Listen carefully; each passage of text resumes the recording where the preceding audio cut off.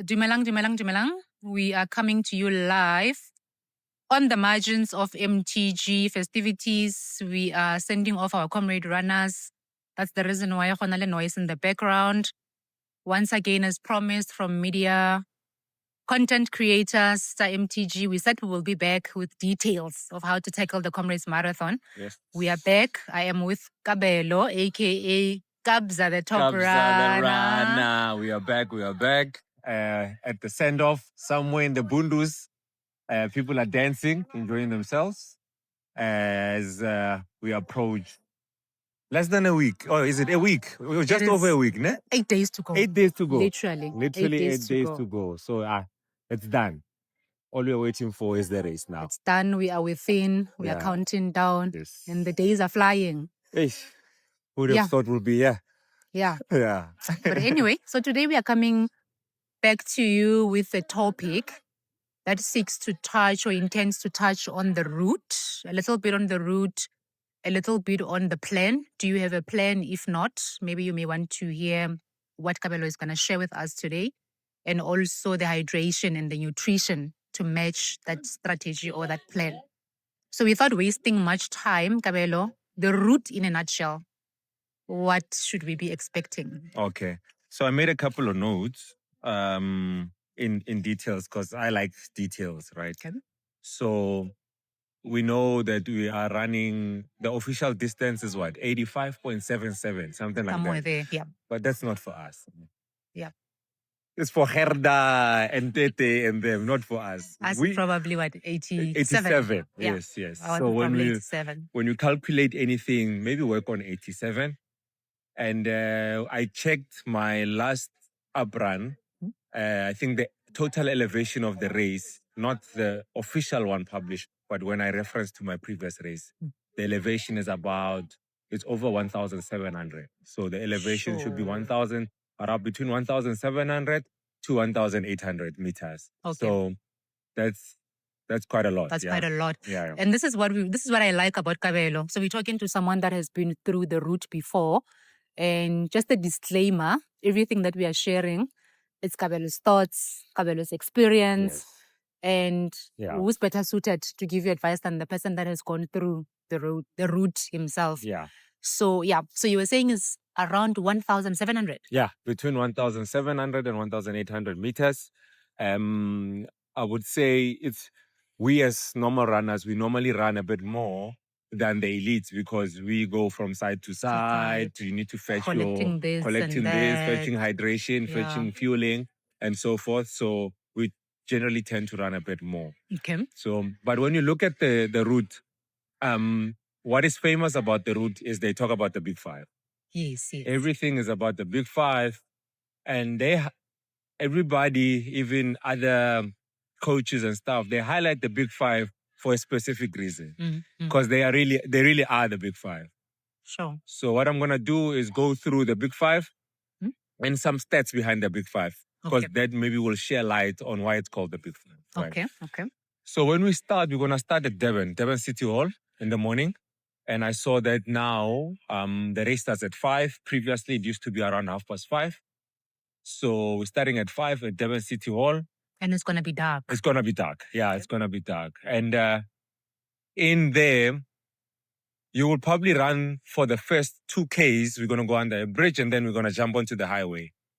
And that first 2Ks is generally relatively flat route. Okay. So it's a nice 2K warm-up. But after 2Ks, the climbing starts. Ziacha, same time. Then we start climbing and you're going to start feeling it from early on in the race, right? Sure. So the first part of the race is that from Durban, we jump onto the highway and we continue climbing. It's quite a lot of climbing to be done in that space because we go all the way until there's a part called 45th cutting. Everything we will be climbing there. And the first milestone, as we run, we're going to go through Westville. Okay. And Westville takes us to the first of the Big Five, right? Okay. And it comes early on in the race. I think it's around 14Ks. It's around 14Ks. We meet the first of the Big Five, and the hill is called Kawis. Cowies Hill. Cowies Hill. That's the first of the Possibly big five. still dark. Possibly darkish. still dark. And because you are feeling so good, you might even forget that you've gone through Cowies because it's still early days, right? Okay. But it is quite a hectic hill. It bites a lot more when we do the down run because it's towards the end of the race. And it's some monster that you see in front of you. Yeah. Okay. So now it'll be early days. It won't pose a big challenge, right? But it's quite it's a significant hill. I mean, Cowies is about 2.1 kilometers long. It has a gradient of about 4.4%. Okay. And in that 2.1 kilometers, we're literally climbing 93 meters of elevation. Yeah. That's quite a steep, yeah. Initial part of the race. It comes in early. And we're going to leave Cowies. And just as an advice, all these big five hills, just take it with caution, right? They are called the big five for a reason. So we'll be climbing for 93 meters and we're going up Cowies. It will still be early. So from Cowies there, the next part that we're going to be making is that we need to be making our way to the second of the big five. Second of the big five, yeah. So, as mentioned, the details of Cowies. So, once you hit Cowies and get over Cowies, you're probably going to see the 70 kilometers to go mark. Okay. Yeah. Still a long way to go. So, it's still very early. Still early. Very early in the race. And then now we're heading to Pinetown. Yeah. Okay. So, we're going to run through Pinetown.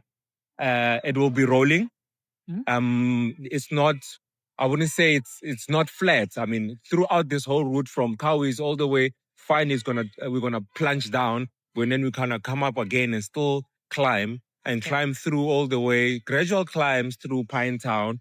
And at the end of Pinetown, I remember we go through under a bridge, and then after that bridge, we turn right. And when we turn right, I think that road is the M13. And then immediately there, we meet the second of the big five. Okay. And this is the longest hill. The longest one. And one of the steepest hill. Sure. This hill you won't forget. Okay. Because it's still, I think we hit this hill at around 20 k's, 21 k's around there. Could be corrected later on, but it's around 2021. Okay. And this is Fields Hill. Oh, Fields Hill. This is Fields Hill. The thing with this one, because it's the longest hill, that's why I say you will remember this hill, because when we get there, all the conversations end. All the conversations. If we were laughing and chatting about comrades, now we are focused. Because the conversation ends and then we're at hill. So a bit of info about Fields Hill. Fields Hill is about 3.2 kilometers long. That's quite long. 3.2. Yeah, it's quite long. And it has a gradient of roughly 6%. That's quite steep. That's steep. And what is breathtaking now is that the elevation climb over this 3.2 Ks is 189 meters. Ooh. That's that other 93. That's double that that's first double. one. So it's very long and it's very steep. So maybe while we're even taking the steps, let's throw in a little bit of a plan there. Yeah. So the idea is to run it. Yeah. I think even if you want to run it, the hill itself will caution you because it's so steep. So when we because it's still early, the temptation to try and push through the hill is there and it's a lot, right? Because you're still feeling fresh and you must be very, very careful in this stage. The best we can do is you have to run this, right? Okay. I don't want to say walk it because it's so long and you might lose a lot of time. Lose time. Yeah. So find markers, whether you want to count it or you want to use street lights as markers, right? So I know runners, they like to say, hey, hey, pole to pole, pole to pole. It's a good time to execute that strategy. Okay. And other runners, they count up to 10 as they run, and then maybe count up to 5 for the walk. As they walk. Yeah. So in this case, what I would suggest is that the pole to pole strategy works very well. Try and run 2 poles and walk 1, right? If you can try and manage that, it should be okay. You definitely have to walk parts of the hill. Because it's still early on. Yeah, Still need the energy. Yeah. You start the rest of the road. Yeah. Actually, I should have said this earlier, that you must not run more than the first 10 Ks of Comrades without having taken a walk. I know it sounds somehow that I'm still feeling fresh. Why am I walking? Yeah. It's a long game, and it's a game about saving energy. So my advice is that at least by the second water point, you should already at least start walking. Okay. Gather yourself, and remember, you are walking because we will be climbing. Yes. We start climbing after 2Ks, so you will be on. You will still be climbing. So walk early. Plan the walks. So now that we are on Field Hill, we should try and navigate that hill with caution, with a lot of walk runs. Yeah. And because it's quite a tough hill, you have to walk that thing until the other side. Yeah. It will take us through after Field Hill. Now we will be going to Kloof. And once we're in Kloof, as we're heading to Kloof, you will see probably a sign saying 60 Ks to go. Okay. Again, 60 Ks to go. Still a lot of running ahead of us. Yeah.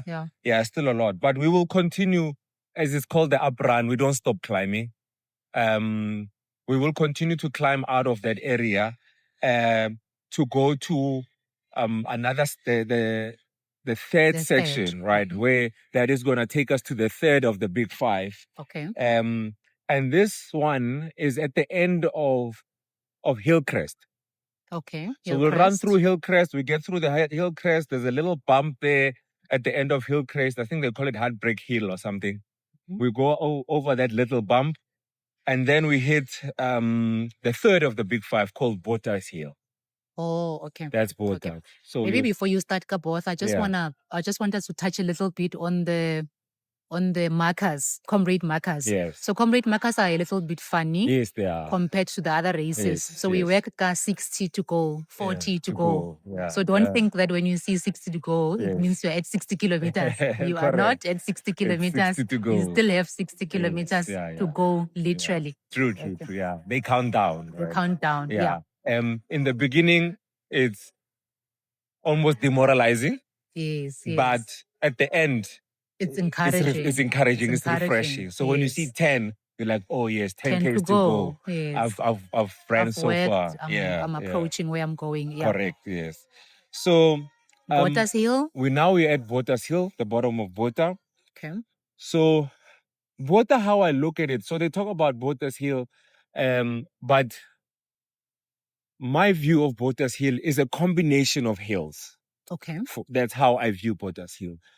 I call it a hill with three heads. Okay. Because you're going to climb the first part and you're going to get the top of Botha's Hill. And you will know you're at the top of Botha's Hill. And how you'll know that, the first part of Botha's Hill, is there's a school there called Kesney College. Oh, yes. And the boys of Kesney College, they will be out there in their school uniform, cheering, singing, cheering you on so that you can get through. So you will see, you pass the Kesney boys, and then at the end there's a garage. At the end of the garage is actually the end of the first part of Botha's Hill. Okay. Right. And remember, this is my view of Botha's Hill, right? Then you're going to crunch down a little bit, and then you're going to hit the second part. The second head. The second head of Botha's Hill. And that also, you hit the second head. The second head is not actually that long, right? The first part is very long. Second part, not that long. And then it's going to take you down, and then you're going to start the climb of the final head of Botha's Hill. Okay. And that's also not as long as the first one, but longer than the second one. So you're going to climb again out of Botha's Hill. So that's why it's a bit challenging, that section, because and all these climbs are very close to each other. And whether it's the up run or the down run, Botha's Hill is a pain. Yeah. I was going to say, Kanti, Botha's run is killing us. Yeah. In both directions. In both directions. Sure. Then you're gonna you will start feeling that section. Okay. So once we get out of Botha, so a bit of stats about Botha. Let me Let me get some details about Bota. Yeah. So Bota's hill is about 2.3 kilometers long. All 3 hills combined. No, the first section. Sure. Yeah, it's quite long. Okay. Yeah, 2.3 kilometers long, and then it has a 5% gradient. And for Bota, we are climbing for 115 meters. Okay. So that's also quite steep. That's a lot. Yeah, it is a lot. It is a lot. So yeah, you're gonna navigate the 2.3 Ks, all the 3 heads of Bota. Navigate that. Do a lot of run walks. As you go down in these hills, let gravity pull you down, and save energy. Save energy. And what is important is conserve your quads, right? Yes. Because the hills are so steep, also even the downs are steep. So you need to conserve the quads, and because you're gonna need them, right? While early, try not to run too fast on the downs. Okay. Relax, take it easy, and navigate your way down Bota's hill. So now we run through Bota. At the end of Bota, you're gonna get a sign that says 50 Ks to go. Okay. Now we're at 50 Ks to go, and after that last head of Bota, then it's actually a nice long down that's taking us. We're going towards halfway to now. The halfway point. Yeah. Okay. So then on our way to, then we're going towards halfway. On our way to halfway, there's like special landmarks there. You're gonna see the wall of honor with a lot of comrade names there. Yes. People sometimes go look for their names. See flowers. Yeah, that's actually spot on. When you see flowers there, when you get to Arthur Seat, people put flowers on Arthur Seat. So that's another special landmark that you're gonna see. It's engraved somewhere there in the mountain there. You're gonna see people taking pictures, putting flowers. So we'll pass Arthur Seat, we're plunging down to halfway mark. We're going to Drummond. Okay. Yeah, so it's quite a nice... Before we get to Drummond, what's happening at the halfway mark? That's where all the clubs are, festivities, people, it's busy there. It's so nice there. Okay. Yeah. So because a lot of people tend to try and plan their route based on going up to halfway. And people want certain drinks, certain food, certain whatever at halfway mark. And a lot of clubs, a lot of supporters, there's music, there's so much energy at halfway. It's going to carry you through that section. And as that energy carries you through that section, you need that energy because the next monster that you meet, I think this is one of the toughest hills as well of Comrades, because as coming late in the race, we are at roughly 45 Ks in, and that's the mighty Nchanga. Yes. The mighty Nchanga.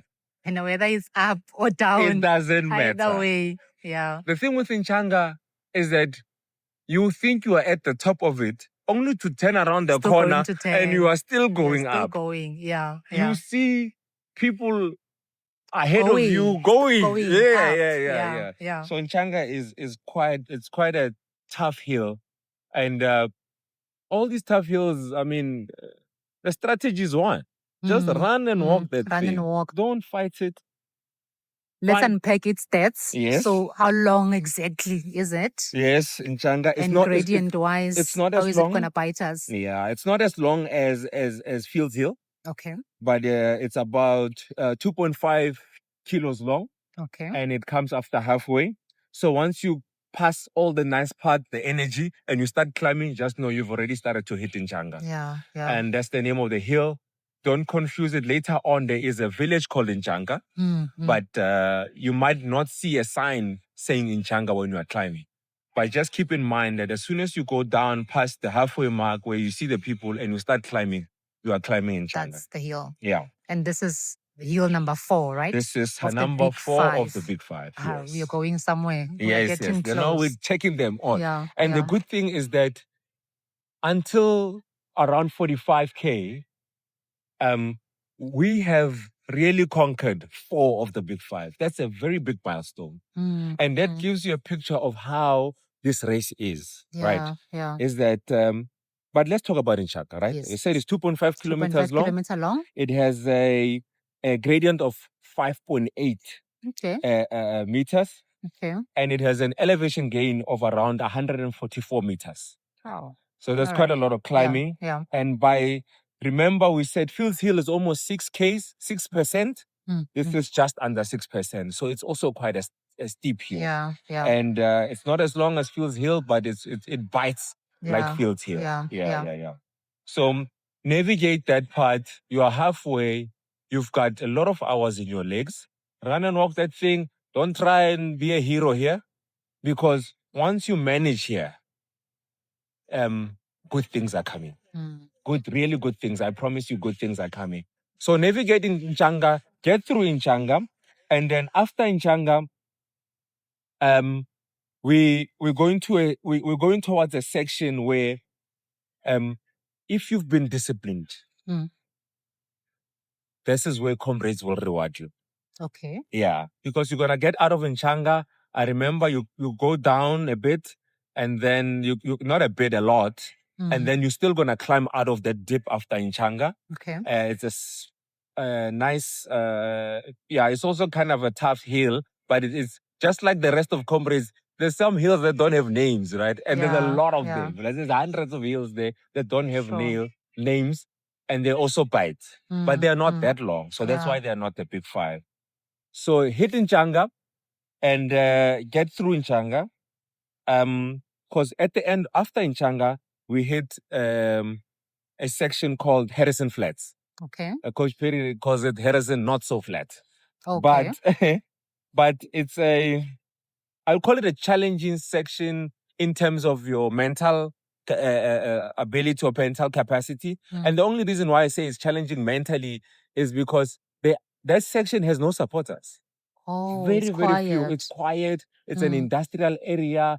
It's something like chicken farms there, or something, factories, or whatever the case is. So it's quite a lonely area.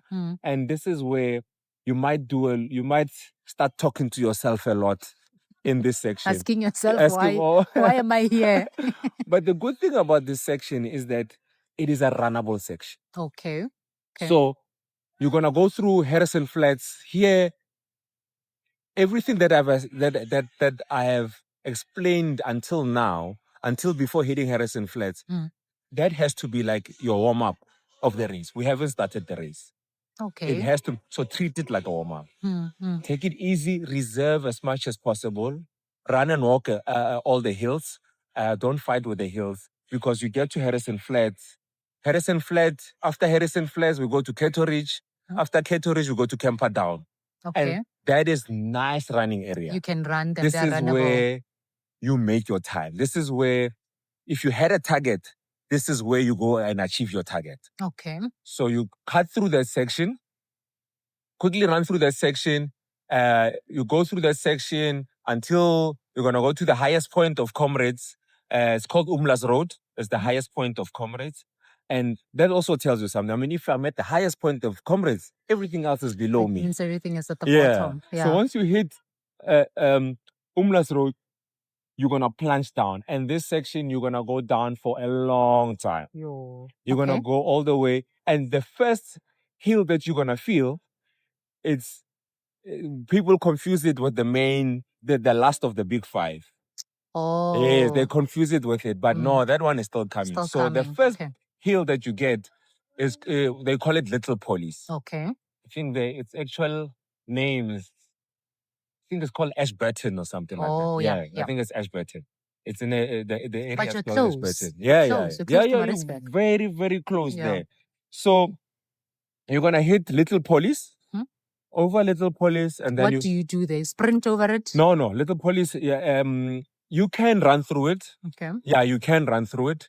It is a hill, but it's not as hectic as the previous hill. Okay. So maybe to save yourself is probably run up to a certain way, maybe, and then walk. Try and walk it. Yeah. And then run the rest of the hill until the other, so that you carry that momentum as you go down Little Police. Okay. So Little Police will go down. You're gonna go to an area when you do the down run. That area, I think there's a river there. It's quite cold. Yes. Very cold. But at this time it will be late, so I don't think it will be that cold. But on the down run, it's quite cold down there.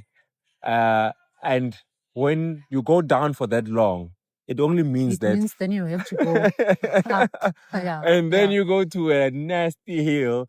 Yes, it's called Poly That's Shots. where the Poly Shot starts. Yes. Okay. So that's the last of the big five. That is the last of the big five.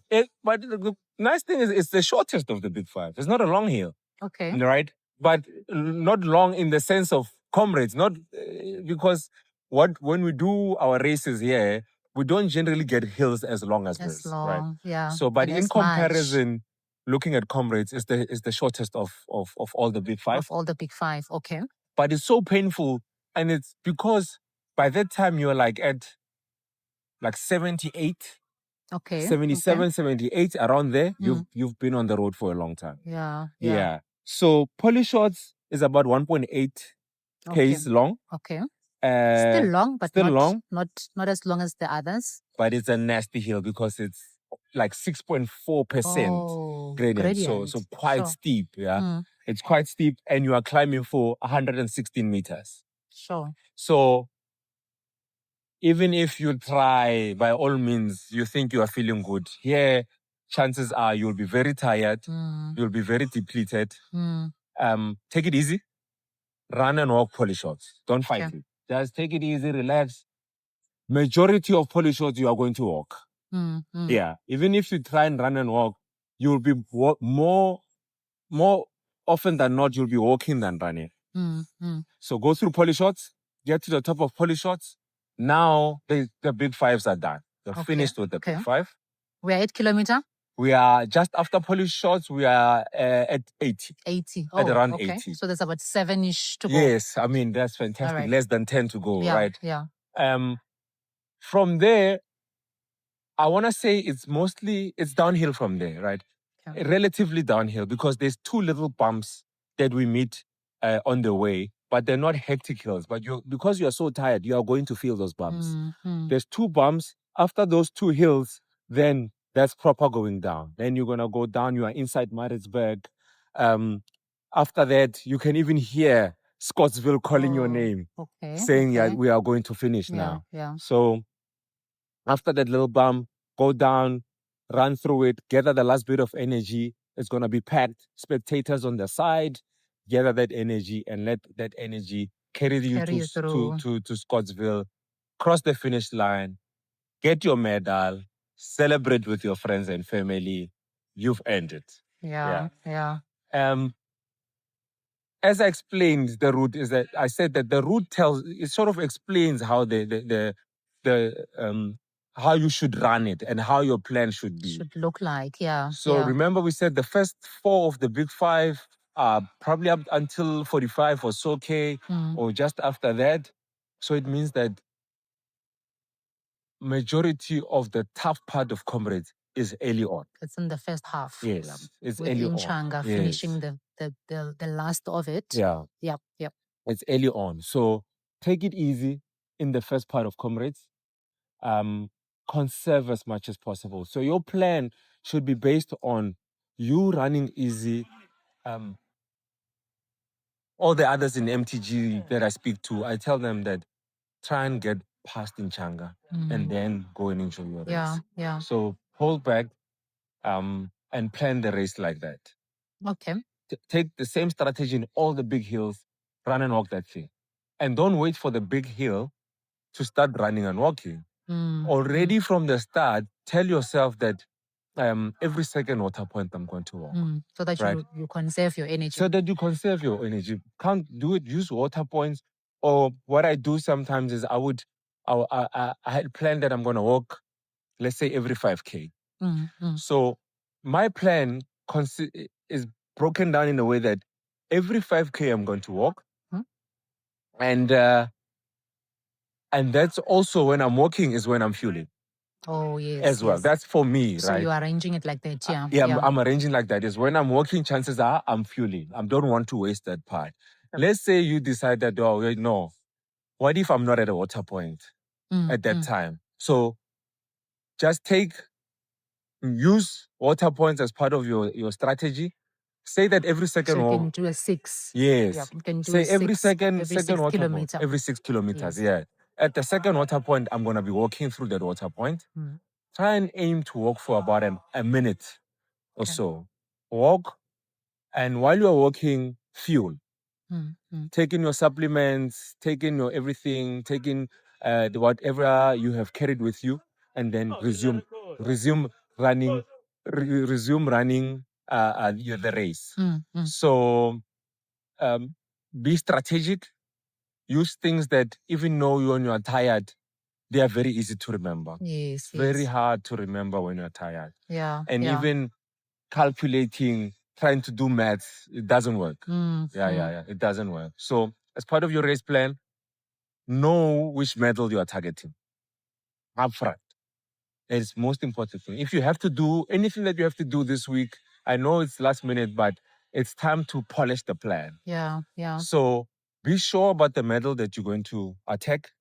But I caution that now you are feeling good because this is the fittest you've ever been. I caution you from changing the plan that you calculated. Remember the last time we said you looked at your marathon time? Preferably you would have run a qualifier and you would have run it as fast as you can.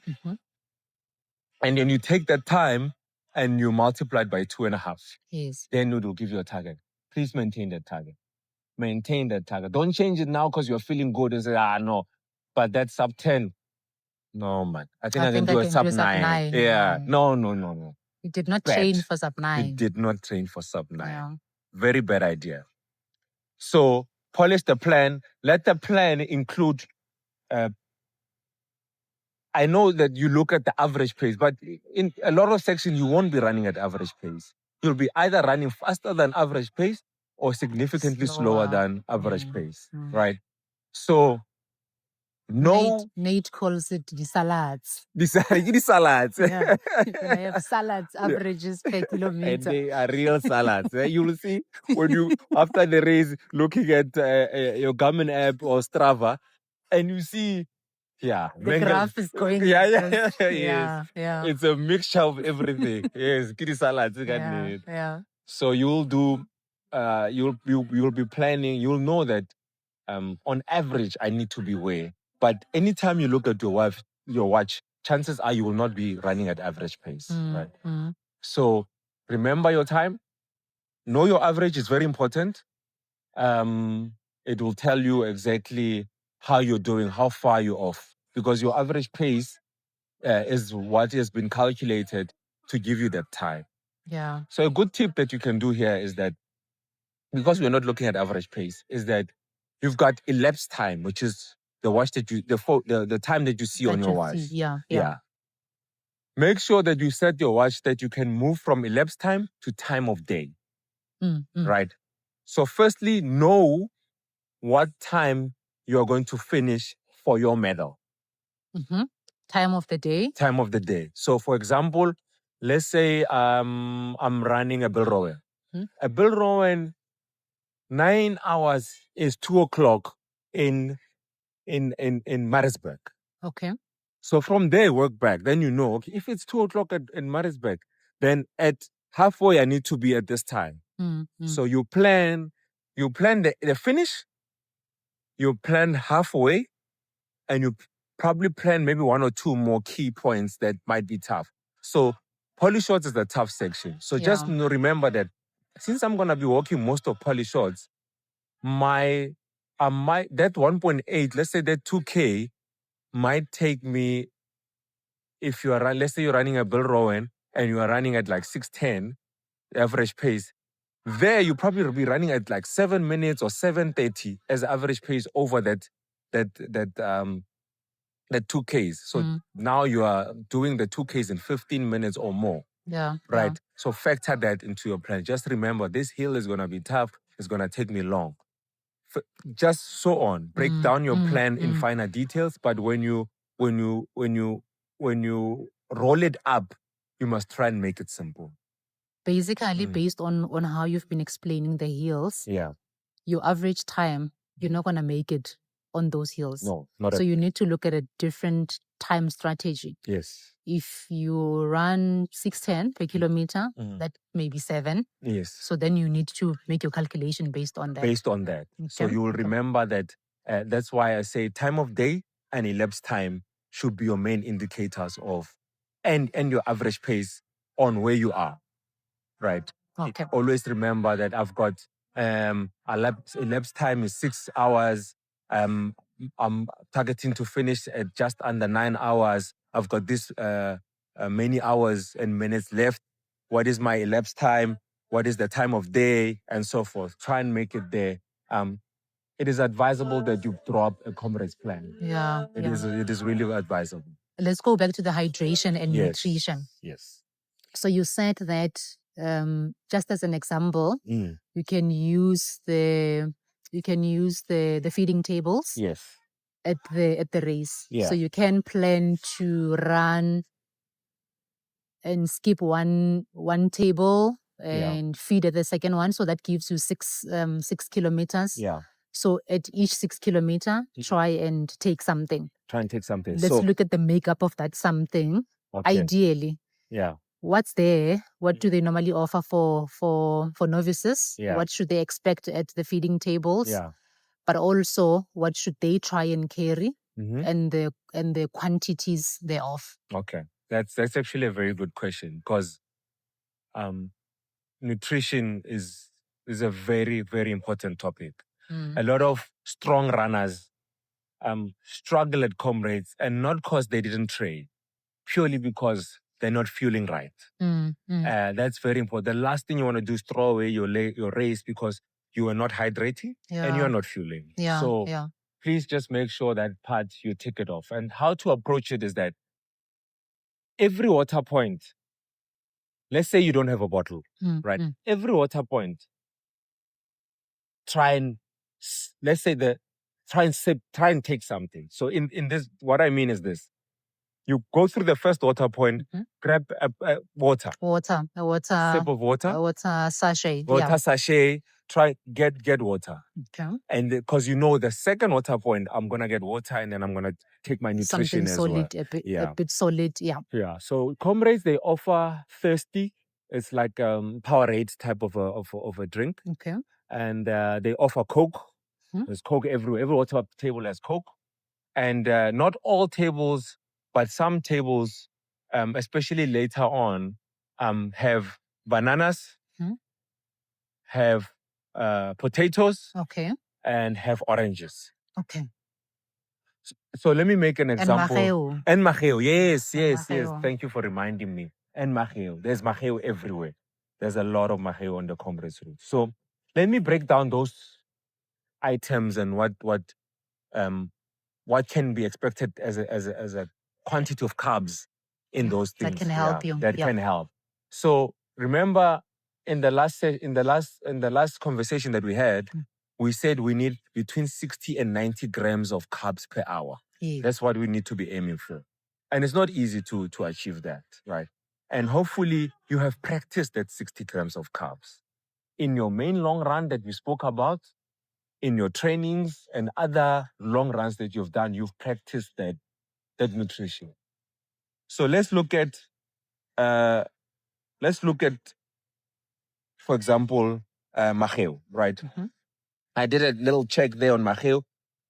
People love maheo, but the thing with me with maheo is, number one, I've got a it's a bittersweet for me, or I've got a love-hate relationship with maheo.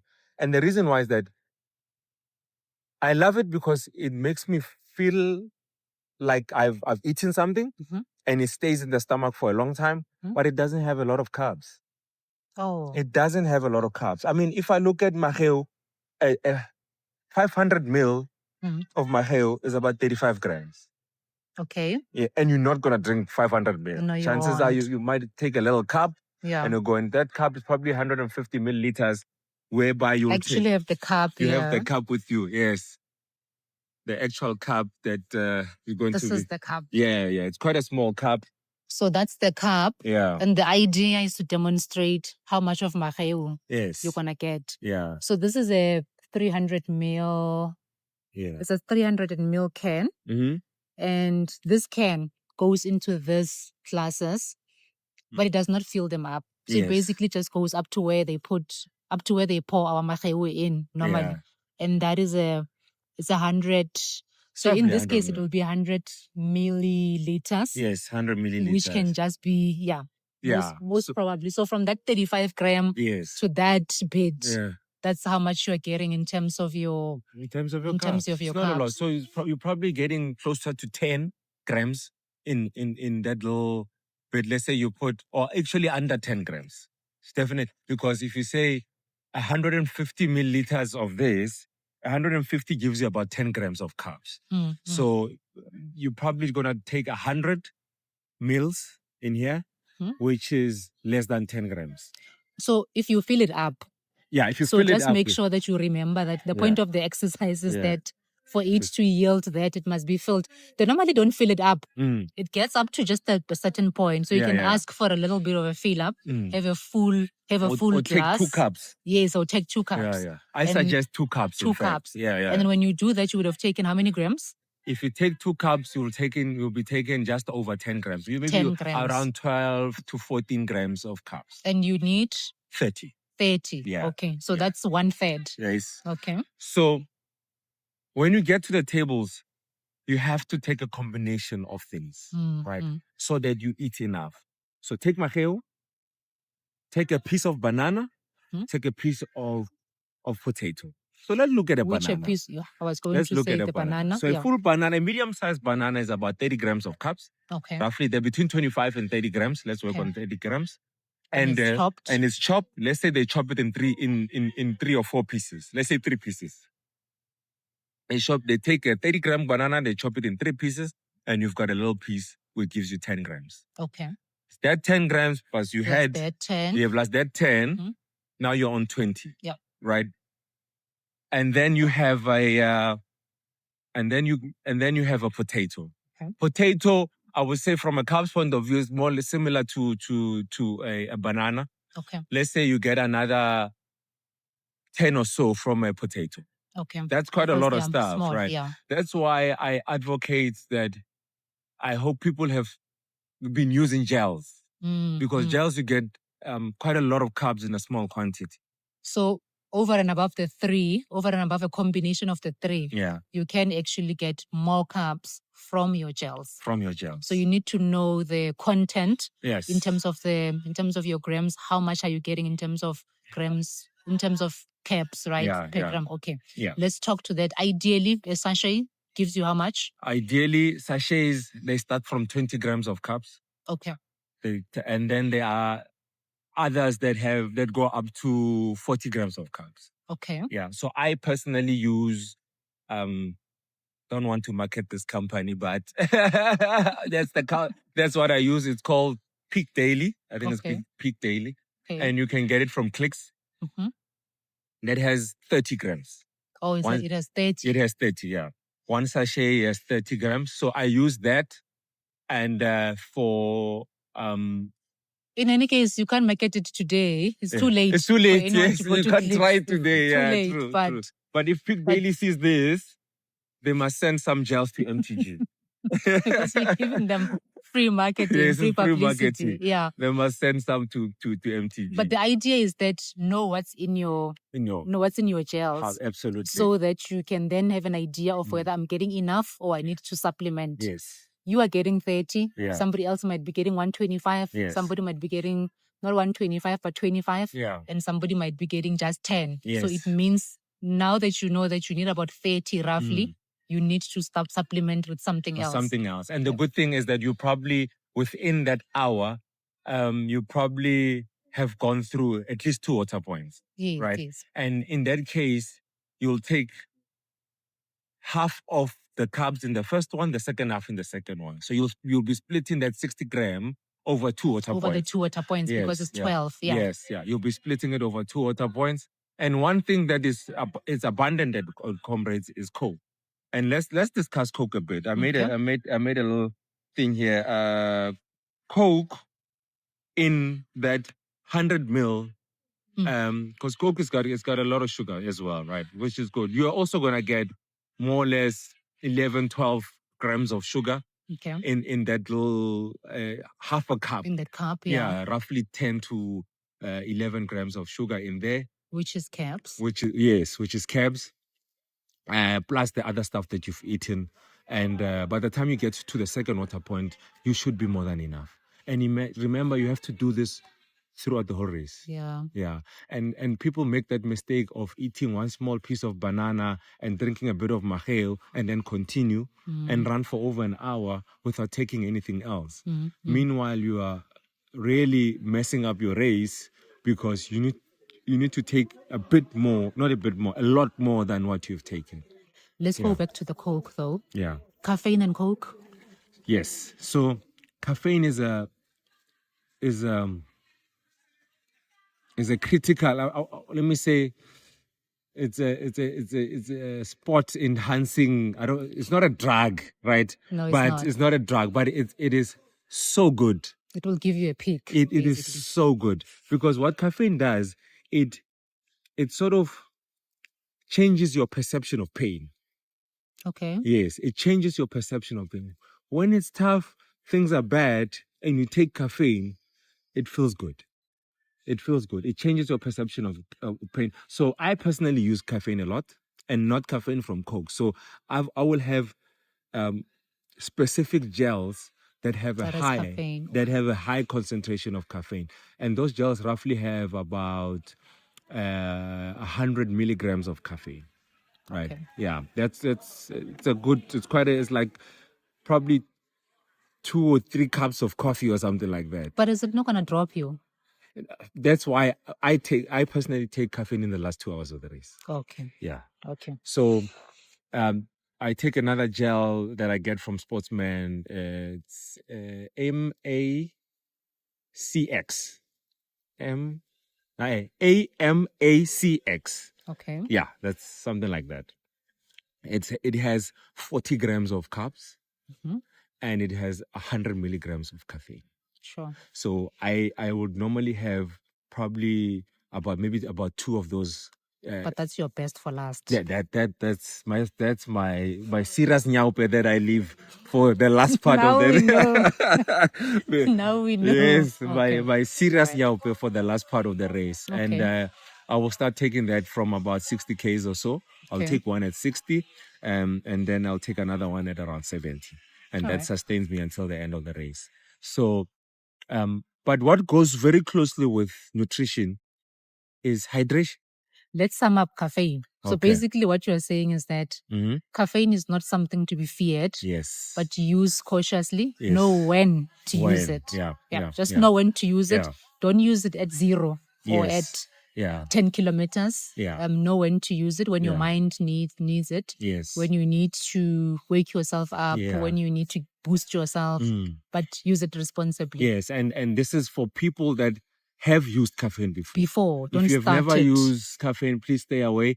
There are people that have adverse effects from using caffeine. So please, caution. Just stay away from caffeine if you're not a caffeine person. For those that have trained with caffeine and know how to use caffeine, by all means, please do not pack your nutrition without packing caffeine. Whether it's a caffeine in a gel, or I know other brands have pills that have caffeine, or whether you're going to be using pills, doesn't matter how, but use caffeine as that additional supplement that's gonna help you with your performance on race day. Okay. Yeah. So let's talk about nutrition about hydration quickly. We touched on hydration before. I'll just summarize from the last video that we said: know yourself, know the type of sweater you are. I know I'm a salty sweater, and the reason why I'm a salty sweater, I say I'm a salty sweater, is because after running, map everywhere, white everywhere. Yeah. Even worse, even my shoes. Wow. Yes, even my shoes have white marks. Okay. So that's how I know that I'm a salty sweater. So be careful with that one. And know the type of sweater you are. If you're a salty sweater like me, you need a lot of sodium. Sodium is very important. That white that you see there, you're losing a lot of minerals. But the mineral that you lose the most is sodium. Right? Therefore, there's no way I can use rehydrant. For me, rehydrant has a low content of sodium. because I'm a salty sweater, I need something that is more potent. So there's some sachets that I use. I'm advertising more companies again. Peak Daily, they've got a sachet called, I think it's Peak Hydrate or something like that. Okay. That has over 1,000 milligrams of caffeine, of sodium in there. There's another one called Revive. Revive has 1,000 milligrams. Okay. And these sachets, they've got sodium, potassium, magnesium. For example, Revive. I think Revive has 1,000 milligrams of sodium, 200 milligrams of potassium, and 100 milligrams of magnesium, something along those lines. Okay. These are the minerals that your body needs and the muscles need to perform adequately. Okay. I just want to come in there. So yours may be having 1,000. It doesn't mean somebody must go now and go to you said it's Peak Daily. It doesn't mean that someone might say, because I don't use Peak Daily, what do I do now? Yes. Look at the rehydrant that you've been using. Yes. Look at the numbers. Yes. It could be that you're getting 100, you're getting 500. Then it means you must just take more. Take more. Yep. Yes, just take more. I just spoke to one of the MTG members. He was telling me a brand that he uses, and he just Googled it while we were talking, and he realized that it's got roughly 300 milligrams, and he's a salty sweater. Which is low. Is low. So he needs to now at least take 2 at a time, instead of previously taking 1. Yeah. So know the type of sweat. So normally, the same way we've been calculating carbs over an hour, even sodium and hydration as a whole. Taken. Yeah. So they recommend, let's say, if you recommendation is around, let's say, I think it's about 500 milliliters to a liter that you sweat in an hour, right? Hopefully it's not too hot. Then the sweat rate goes down. If the sweat rate goes down, you need to adjust your sweating, because now you don't sweat as much, so you don't need to take as much, right? So what I personally do is, on me, I have at least around 6 sachets of these things that I'm going to take throughout the race. Okay. Roughly 6. And remember, I will not take it like gels every 30 minutes or something like that, because the gels themselves also have sodium. Yes. Yeah. So you need to do an Excel spreadsheet, put all the gels, the quantity of gels you're going to be using, add all the carb numbers, do a column for sodium, do the same thing, and see. Read and put it down. And then divide it by the time that is going to take you to finish the race. Let's say you're going to take 10 hours, divided by 10, and say, per hour, I actually have 500 milliliters. And we want to see the spreadsheets. I must bring it. Yeah, I will bring it. But people must do their spreadsheets and send them to us. Yeah, we'll check it. We'll comment. Send it. Yeah. So that you have a decent amount of sodium or carbs. And also, but you have an idea of whether you are under or over. Because the worst thing, over is something else, but the worst thing is you don't want to be under. Yeah. Because it means that you're heading for trouble. Yeah. Because if you don't put it on paper, if you don't put it down, you don't see it. You don't see it and you don't know. You're assuming. Yeah. You are saying. But also you don't read. So it means that you have not actually gone to look at your ingredients. Yes. Then it means you don't know what you're the nutrition taking, information. in what quantity, and that quantity is sufficient for you or not. Yeah. So let's go back to drinking, to the hydration. Yeah. So you said that you may be sweating potentially 500 mils per hour. So how much must you be drinking per hour to replace that? So you'll be drinking at every water point, and chances are you'll be taking roughly 1 or 2 cups at the water.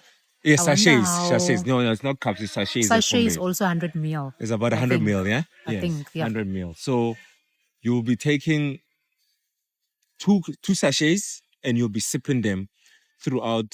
And then the next water point, you're going to take another 2. So that's roughly, if you take 2, that's 200 mils. Yeah. And then the next water point is another 2. You're already on 400. And within an hour, if you only have, let's say you only have 2 water points and it's an hour, and you took 2 sachets, you already kind of on the lower end. Let's assume that you do 9 kilometers an hour. Yes. Because you potentially may not do 6 kilometers in an hour. Yeah. I don't know, maybe based on the hills. Yes, yeah. But let's assume that on a perfect day, Yes. your 9 kilometers Yeah. is 1 hour. Mm. So that means in that 1 hour, you would have taken 6. Which is good, which is about 600 mils. What I normally would suggest is that because you are also going to be mixing your hydration, it's better to carry a bottle. Okay. Because I don't see an easier way of really going around this thing. And Unless you're going to stop, access, open that plastic of sachet, try and bite it, and try and pause. Oh no, that's going to be a mess, right? Yeah. So my suggestion is run with a bottle. Get to a station, fill it with water, and then continue running, right? And then if you run with a bottle, now the strategy is slightly different because now you can actually skip the next water point. You also know that I have a 500 ml bottle on me. Yes, 500 ml. That 1 hour. Yeah, 1 hour. I'm going to eat in the first water point. The second water point where I was going to only drink, I don't need to stop. I can pass it. And then on the third one where I'm going to walk anyway, then it's fine. I can eat, I can drink, I can mix, I can do all sorts of things. And the idea is that by now we all have hydration packs. We've all run with them in the long run. Nothing new today. Nothing new. No new clothes, no new shoes, no new hydration packs. New hydration packs. Nothing new. So try and mix in a bottle. And the nice thing with mixing in a bottle is you can sip it as you run. Unlike pulling everything in, then shove it all in your mouth, and now you have to swallow it. It makes it difficult to swallow. You are stressed. A lot of, you know what? But Kabela, how do elite runners do it? They've got tables. Oh, so it's ready-made. Ready-made. So they just pick the bottle, they go, and they sip on the way. All right. And they throw away the bottle. Okay. You don't throw away the bottle because you're going to need it again. You're going to need it. Yeah. You have a long day. Yeah. So that's they are lucky. They've got tables where everything is pre-packed. We are not so lucky. So we have to mix while we are there on the water point. So as you are walking, you're throwing the water sachet inside there, and then you are adding your hydration in there, hydration sachet. You are mixing it. You are sipping. You're taking your gel at the same time. You are finishing off that little piece of banana, everything. You're looking for my You are looking for my 2 cups. And then putting them together. Exactly. And then what you do is at the end, you wash everything down with what is inside the bottle. Okay. Take it all down and then continue walking or running and continue sipping throughout. Continue sipping. So it's important that you continuously drink and you continuously make sure that you have your sodium sachets that you're going to use. Some don't use the sodium sachets. They take sodium pills, which is easy. You throw it, put some water, and you've got, and it goes in. Those pills, probably, you must just read the label. Probably it's 100 milligram or 200 milligram per pill. Just know that I'm going to need 2 pills, 3 pills, 4 pills based on how the type of sweater you are. I know I take normally 1,000 milligrams at one go. Right. Okay. So I know if I have to use pills, I need to use how many pills and so forth. If I'm using the sachet, I'm using how many sachets and so forth. What is the relationship between sodium and cramping? Okay, let me have 2 minutes on that one. So cramping, people cramp for multiple reasons. Okay. And I will say my opinion, I'm not a medical expert, but my opinion from researching and listening to people talk about it, experts talk about it, there's probably 3 reasons why we cramp. Number 1, it is a hydration issue. Okay. You are not getting enough electrolytes in your system for the muscles to function. Electrolytes are very important for muscle function, right? The moment you deplete electrolytes, the muscles go into a spasm, you start cramping. Number 2 is the muscle has reached its, must I call it, peak? So it can't take it anymore. I mean, it's tired. It's lack of training. Lack of training. Okay. You didn't do enough training. You wanted to be diplomatic. Yes, we're going around. But in simple terms, you're right. It's lack of training. Right. That's the you second part. You have not trained enough. You have not trained for enough. This distance. Yeah, absolutely. Okay. And if that happens, remember, when you go back to Comrades next year, make sure you do a lot of strength training. Do a lot of hills so that you strengthen the body to be able to handle Comrades. Okay. And lastly, it could be something that is genetic. It's just your body, it's made up like that. I've tried high dosage of sodium. I've tried training properly, but I still cramp. Then it's something.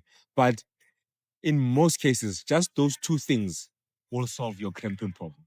Okay. In most cases, they do. Okay. They do, yeah. Let's do a recap then. Okay. I don't know if we've missed anything that we intended to touch on. No, we I looked think at the route. The route, yes. High in level. Detail. Yeah. We also looked at the plan. Yes. We even tried to bring them together. Yeah. And the last one that we wanted to touch was the hydration and the feeding strategy. Yes. Yeah. For this route. Yes. And the plan that you have. So I think we have touched on most of the things that we wanted to speak to. We've added a little bit of bonuses here and there. Yes. But in the main, we have touched on, we've touched on the We main touched things. on main things. And maybe to our novices, just trust your training. You've done, I think now it's the fittest you've ever been, right? You've done a lot of training. Just trust your training. Don't go when you get to the expo and you hear about a new gel that gives you wings. You fall, don't you fall. fall. For No, it. please don't. Please don't. Make sure it's something that you already know. Don't take anything new. And when you get to the expo's it's nice. You're taking pictures with people. Please remember, just go to your hotel room and go rest. Yes. Try and be off your legs as much as possible.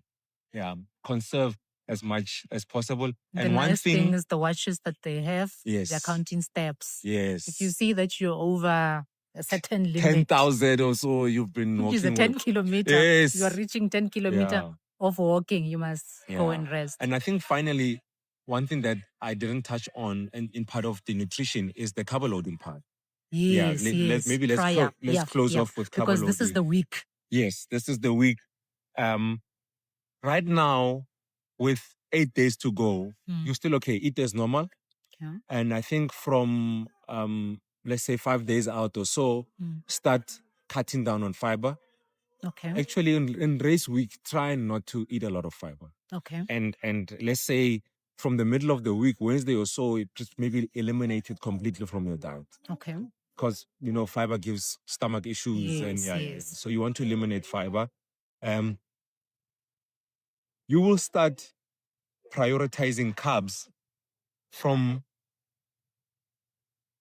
most importantly, from 48 to 72 hours before the race. Okay. Preferably from 48 hours. So from Friday, let's say Friday and Saturday, your main focus is to eat carbs. Okay, as much carbs as you can. Eat much carbs. If you check, there might be certain rules and ways they'll tell you 10 grams per kilogram of body weight and stuff like that. So eat a lot of carbs, start carb loading.